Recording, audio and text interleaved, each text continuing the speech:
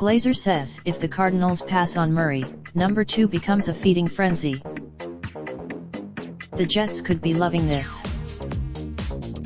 We've been riding this Kyle Murray to the narrative since the win. Cardinals head coach now. If we really want to look at this objectively and consider history, it's not a done deal until Murray's name is called.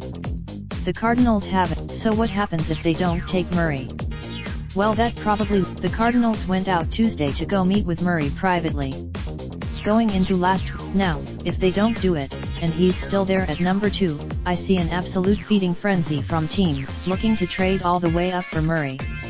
I just don't see. If the Cardinals were to draft or, that may leave the 4.9 ERS with a choice of taking who was not drafted, or getting out of number 2 altogether. They were the 2, and Glazer thinks that Murray can't fall further than number 2, that's pretty certain. Don't rule out it's obvious the 4.9 ERS are not going to draft a quarterback, and the Jets aren't going to either.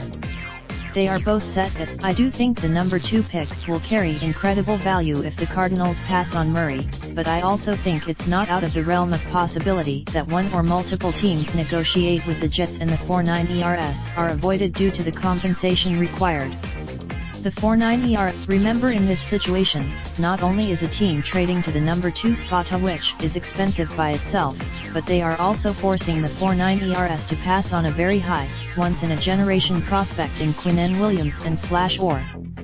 That's two things that, honestly, if I am the Jets right now, I am loving this. Number 3 seems related. Slideshow draft needs for all 32 NFL teams provided by USA Today. Raindrop, drop top smoking, no cooking the hot pot. Fucking on your bitch, yeah, that. Looking up, open the park, pot.